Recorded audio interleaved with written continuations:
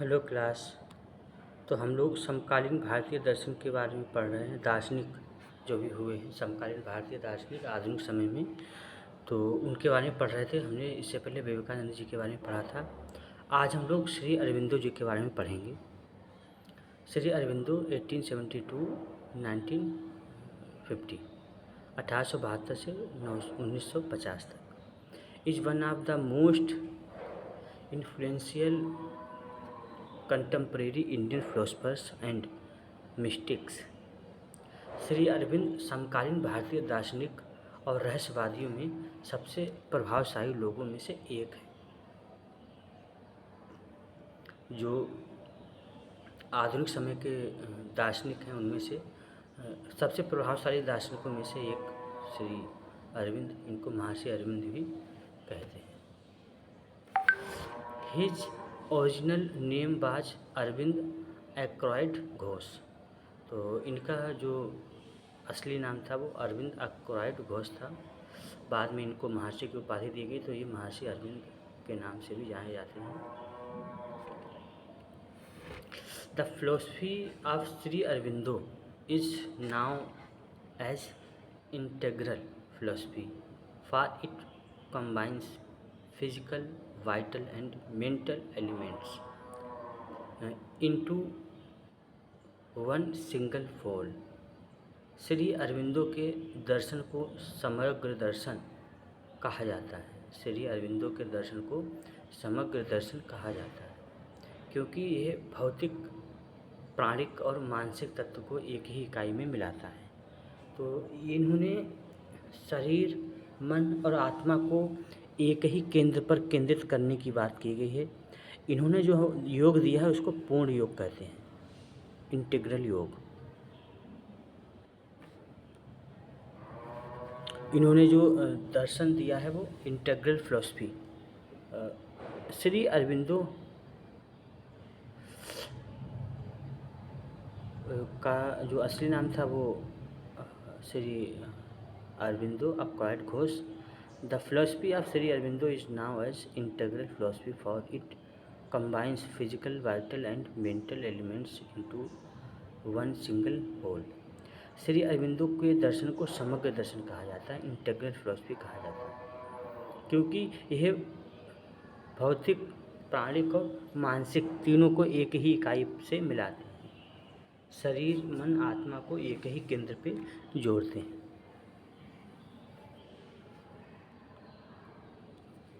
His writings express a steady vision with regard to the evolution of the world and of human through different stages,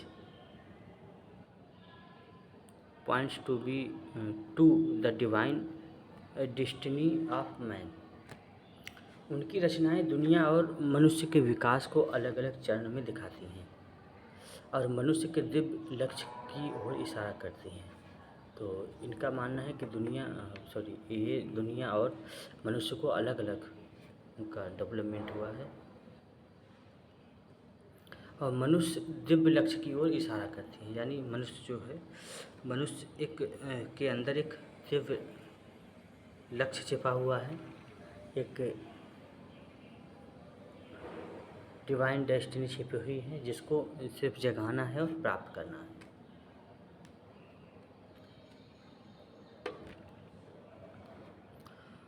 A harmonious and integral culture of physical, vital and mental potentialities of man lead him to superhuman level to realize the sublime truth, सत्चित आनंद।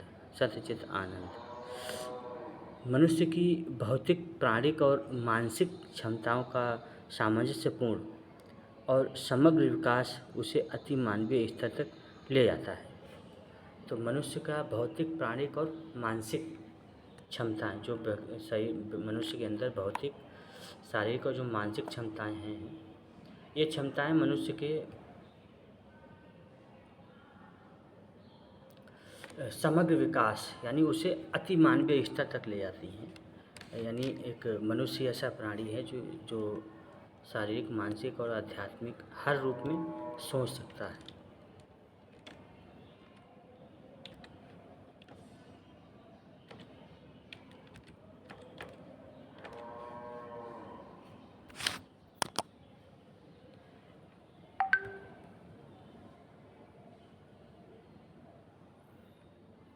जहाँ पर वह यानी शरीर, मन, अ, प्राण, इन सबको एक स्तर पे ले जा सकता है, और जहाँ वह परम सत्य यानी उस लेवल पे पहुँच सकता है मनुष्य, अपने मन, शरीर और प्राण को ले जा सकता है जहाँ पे उस परम ब्रह्म, परम सत्य, सच्चिदानंद को महसूस कर सके, सच्चिदानंद को महसूस कर सके। ऐसी उच्च स्तरीय अवस्था तक मनुष्य पहुँच सकता है।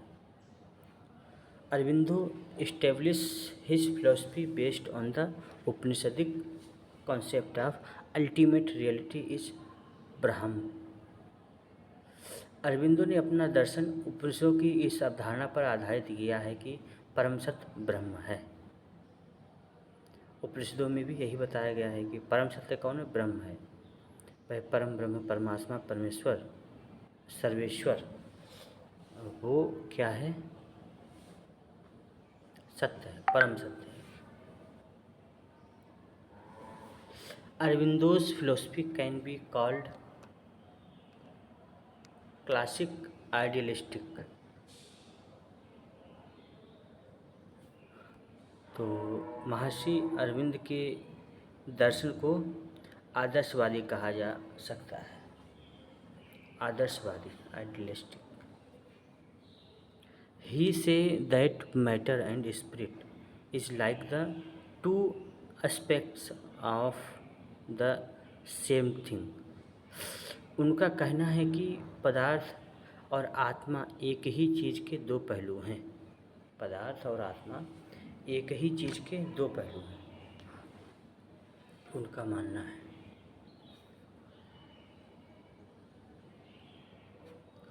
So he conceives reality as supremely spiritual, and yet he managed to assign to give matter a piece in it। इसलिए वे वास्तविकता को पूरी तरह से आध्यात्मिक मानते हैं, फिर भी वे इसमें पदार्थ को भी जगह देते हैं। तो अरविंदो के दर्शन को आदर्शवादी कहा जाता है। उनका कहना है कि पदार्थ और आत्मा एक ही चीज़ के दो पहलू हैं, यानी ब्रह्म और ब्रह्म से ही आत्मा आई है, ब्रह्म ने ही पदार्थ को बनाया है। यानी ये जो दो चीज़ें निकल के आई हैं, दोनों चीज़ें, ये किसी एक ही सिक्के के दो पहलू हैं। यानी परम ब्रह्म है, उसने ही आत्मा बनाई है, उसने ही पदार्थ को बनाया है। पदार्थ यानी ये जो भौतिक चीज़ें देखते हैं, जो भी दुनिया में चीज़ें फैली हुई हैं, चाहे वो मोबाइल, गाड़ी, लैपटॉप, घर, बंगला, पेड़ पौधे, पशु पक्षी, ये सब क्या है? परमात्मा ने ही बनाए हैं। और जो भौतिक चीज़ें यानी जो हमको निर्जीव दिखती हैं, वो पदार्थ, मनुष्य भी यदि देखा जाए पदार्थ ही है एक, लेकिन मनुष्य में कॉन्शियसनेस है, चेतना है, तो वो थोड़ा अलग हो गया मैटर से, पदार्थ से। फिर भी इसमें पदार्थ को भी जगह दी है। तो इसको आत्मा और पदार्थ को एक ही मानते हैं। वे वास्तविकता को पूरी तरह से आध्यात्मिक मानते हैं, यानी जो सत्य है वो आध्यात्मिकता के शिखर पर ही जाके प्राप्त हो सकता है। घर पे रह के या कुछ ना करके प्राप्त नहीं कर पाएंगे। आध्यात्मिकता का शिखर या अध्यात्म को यदि प्राप्त करना है, तो वास्तविकता को यदि प्राप्त करना है, परम सत्य को प्राप्त करना है, जानना है, तो आध्यात्मिक रास्ते पर ही पूरी तरह से चलना पड़ेगा और मैटर को भी समझना पड़ेगा। और इन्होंने अपने फिलॉसफी में पदार्थ को भी जगह दी है। आत्मा और पदार्थ दोनों को मानते हैं। In order to understand the nature of reality, it is essential to consider the levels of or the chords of being। वास्तविकता की प्रकृति को समझने के लिए अस्तित्व के स्तरों या आयाम पर विचार करना जरूरी है। यानी सत्य को यदि जानना है, वास्तविकता को यदि जानना है, तो जो भी प्रकृति है, नेचर है, उसको भी समझना है। ये नेचर, ये जो बाहर नेचर हमको दिखता है, ये भी नेचर, एक जो हमारा नेचर है वो नेचर, इन दोनों को समझना है। अस्तित्व के स्तर या आयाम पर विचार करना जरूरी है। To him all creation is nothing but self manifestation और unmanifestation, manifested self into a form of manifestation। उनके लिए पूरी सृष्टि कुछ और नहीं बल्कि स्वयं की अभिव्यक्ति है, या अव्यक्त स्वयं को व्यक्त रूप में जाना आना है। तो ये संसार क्या है? ये स्वयं, ये पूरी सृष्टि कुछ और नहीं बल्कि स्वयं की अभिव्यक्ति है, यानी ये हमारा ही अस्तित्व है। हम हैं तो ये पूरी सृष्टि है, और वैसे भी रहेगी सृष्टि, लेकिन हमारा अस्तित्व यदि नहीं है तो हमारे अस्तित्व से ही इसका अस्तित्व है।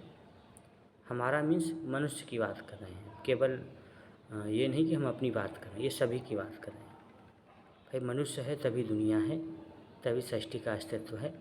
जब मनुष्य नहीं होगी तो सृष्टि का क्या अस्तित्व होगा, या और कोई जीव जंतु नहीं होगा।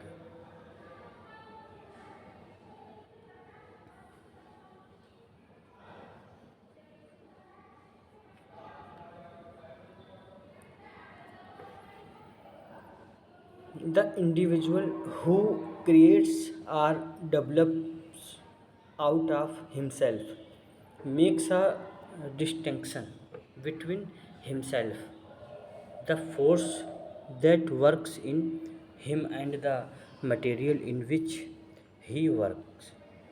जो व्यक्ति खुद से रचना या विकास करता है, जो व्यक्ति खुद से रचना या विकास करता है, वह अपने आप में उस शक्ति में जो उसमें काम करती है, और उस सामग्री में जिसमें वह काम करता है, अंतर करता है। तो जो व्यक्ति खुद से रचना करता है या विकास करता है, तो क्या बता रहे हैं कि वह अपने आप में और शक्ति में उसमें काम करती है, और उस सामग्री में जिसमें वह काम करता है, अंतर करता है। उस शक्ति में काम करता है, सामग्री में अंतर करता है। In reality, the force is himself, the individualized consciousness which it instrumented is himself।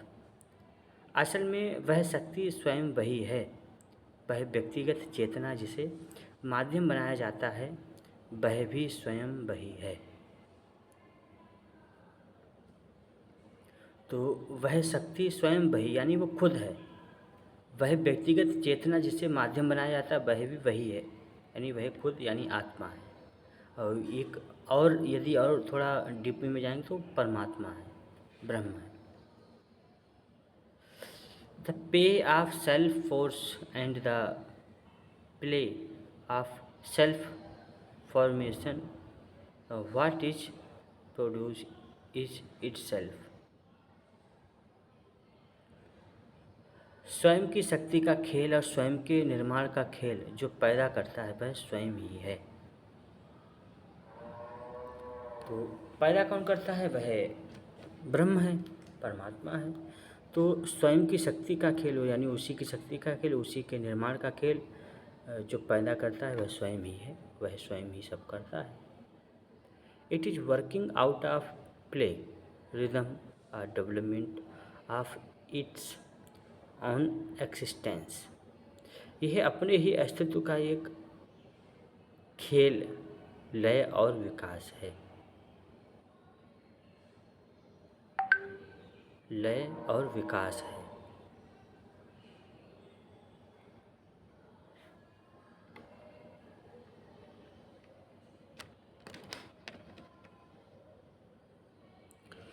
Absolute completeness is not feasible in the finite because of its aligned to the self conception of the finite। सभी सीमित चीज़ों में पूर्णता संभव नहीं है। यानी जो सीमित है उसमें आप पूर्णता नहीं मिलेगी आपको। सीमित चीज़ों में पूर्णता नहीं मिलेगी। क्यों? क्योंकि सीमित होने की अवधारणा स्वयं से अलग है।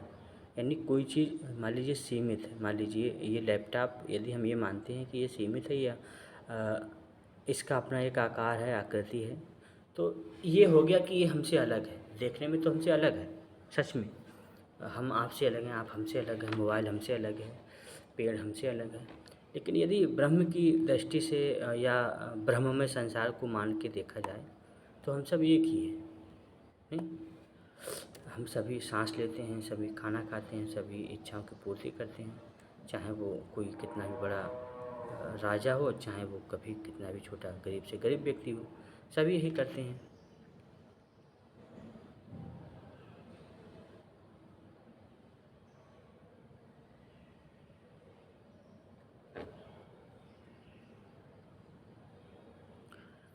तो सीमित चीज़ों में पूरी तरह से पूर्णता पाना मुमकिन है, नहीं है, असंभव है।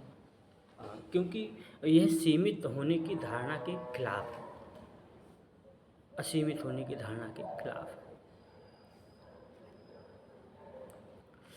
Therefore, only final goal possible is the emergence of the infinite consciousness with the individual। इसलिए एकमात्र संभव अंतिम लक्ष्य व्यक्ति के भीतर अनंत चेतना का उदय होता है। यानी जिसके अंदर संभावना है अंतिम लक्ष्य तक पहुंचने की, उस व्यक्ति के अंदर चेतना का उदय होता है, अनंत चेतना का उदय होता है। At the heart of Aurobindo's philosophy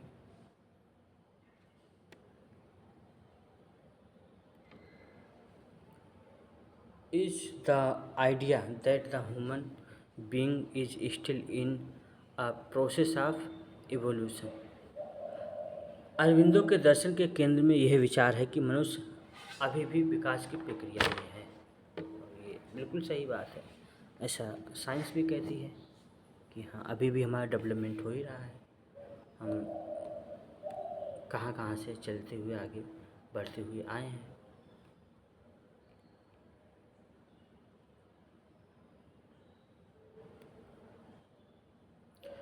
तो अरविंदो का मानना है कि मनुष्य अभी विकास की प्रक्रिया में है। The human race must rise from its present level of consciousness to a higher level if it is to survive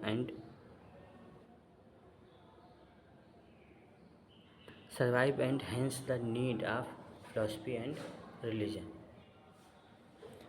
अगर मानव जाति को जीवित रहना है तो उसे अपनी वर्तमान चेतना के स्तर से ऊपर उठना होगा। इसलिए दर्शन और धर्म की आवश्यकता है।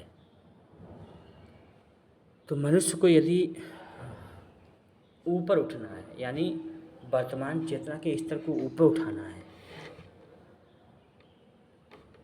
अगर मानव जाति को जीवित रहना है तो हमको वर्तमान चेतना के स्तर से ऊपर उठना होगा। इसके लिए हमको धर्म और दर्शन की आवश्यकता है।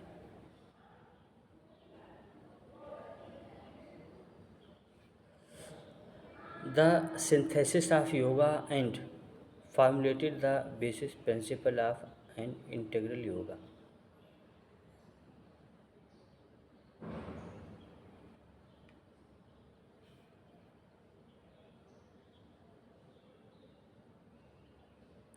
उन्होंने द सिंथेसिस ऑफ योग का समन्वय लिखा और एक समग्र योग, इंटीग्रल योग के रूप मूल सिद्धांत तैयार किए। यानी इंटीग्रल योग और योग का समन्वय। ये ग्रंथ तैयार किए, इनके मूल सिद्धांत बताए। In essence this is the four fold yoga expanded and amplified.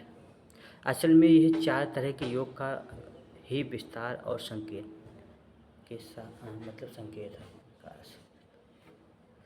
असल में यह चार तरह के योग का ही विस्तार और विकास है। ज्ञान लय, ज्ञान योग, भक्ति योग, हठ योग और राजयोग।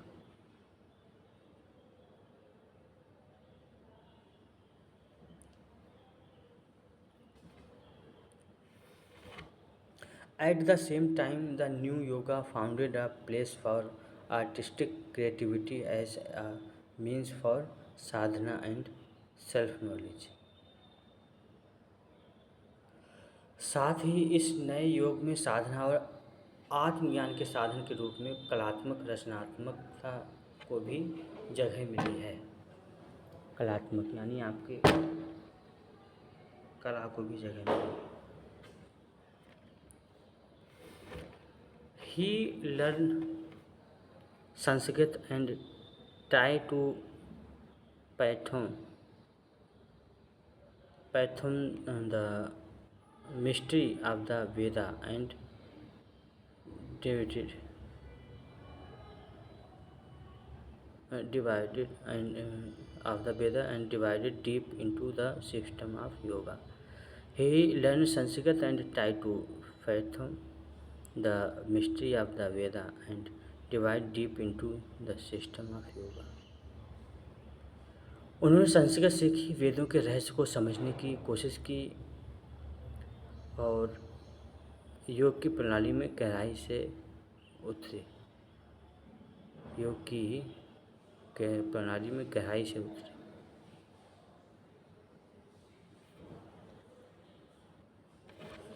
Sri Aurobindo was a yogi of the highest order, and since he stands prominently in the recent past, we can gain much from the nature of his sadhana. Shri Aurobindo उच्च कोटि के योगी थे और चूँकि वे हाल के समय में एक प्रमुख हस्ती रहे हैं, इसलिए हम उनकी साधना की प्रकृति से बहुत कुछ सीख सकते हैं। तो ये महान फिलोसफर दार्शनिक हुए हैं, उनसे तो हमेशा सीखा ही जाया जा सकता है, हमेशा सीखा जा सकता है।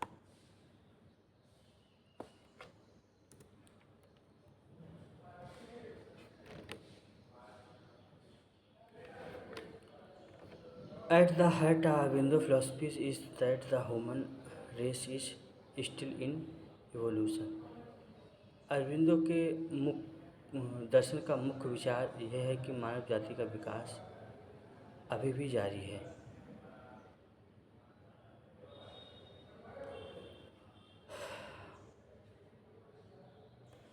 मनुष्य जाति का विकास अभी भी जारी है। इन this sense it is an evolutionary philosophy. इस अर्थ में यह एक विकासवादी दर्शन है। कैसा है? मतलब मनुष्य विकास अभी प्रक्रिया में ही है, तो विकासवादी दर्शन यानी ये विकास की बात करता है। The sequence of matter life from forms and mind to something familiar in the study of evolutionary biology. पदार्थ जीवन के रूप और मन का क्रम विकास जीव विज्ञान के अध्ययन में है।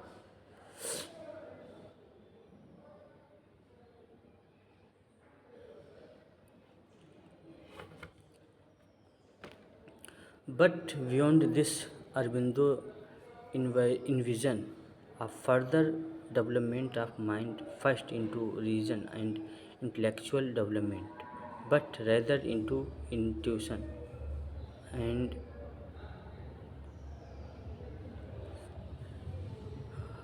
intuitive and supramental levels of development। लेकिन इससे आगे अरविंदो मन के और विकास की कल्पना करते हैं, पहले तर्क और बौद्धिक विकास के तौर में और बाद में महसूस सहज ज्ञान और अति मानसिक स्तर के विकास के रूप में।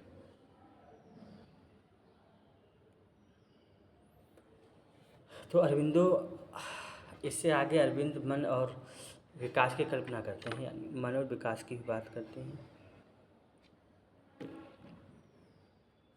बौद्धिक विकास के रूप में बेहद सहज और पहले तर्क और फिर बौद्धिक विकास के रूप में और बाद में सहज ज्ञान के अति मानसिक स्तर के रूप में भी दिखता है।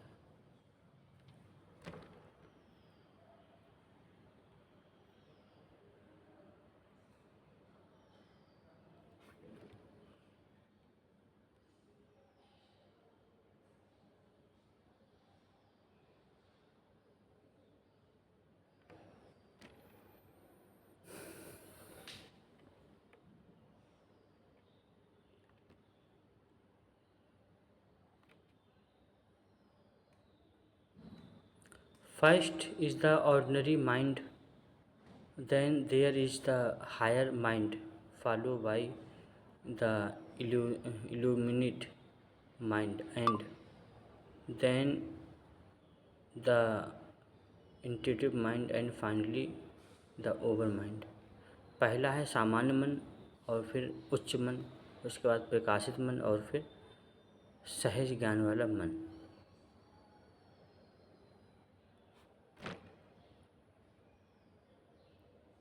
पहले सामान्य ज्ञान, फिर उच्च मन, उसके बाद प्रकाशित मन और फिर सहज ज्ञान वाला मन, और अंत में है अति मन। All of these represent increase level of awareness and understanding. ये सभी जागरूकता और समझने के बढ़ते स्तर को दर्शाते हैं। The ordinary mind is the common experience of all humanity. सामान्य मन पूरी तरह का एक आम अनुभव है।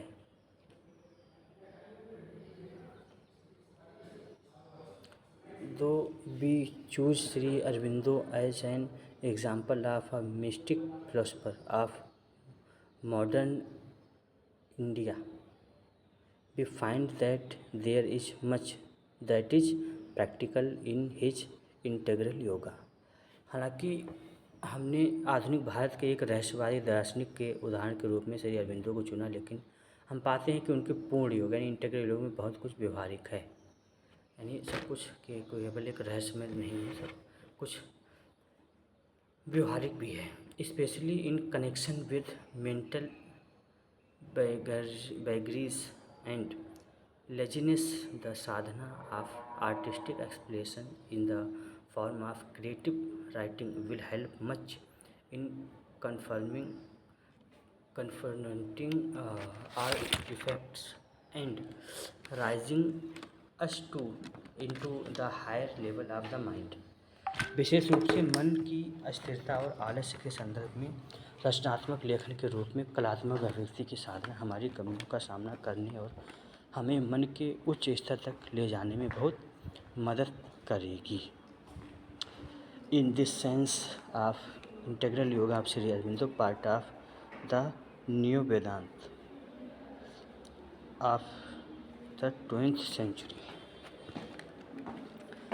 इस अर्थ में श्री अरविंदो का पूर्ण योग 20वीं सदी के नव वेदांत का हिस्सा है। तो ये श्री अरविंदो की फिलॉसफी है जिसको नव वेदांत या समकालीन फिलोसफर्स के रूप में जानते हैं। ठीक है, तो आज की क्लास यहीं तक रखते हैं। अगली क्लास में हम बात करेंगे रविंद्रनाथ टैगोर। ठीक है, ओके।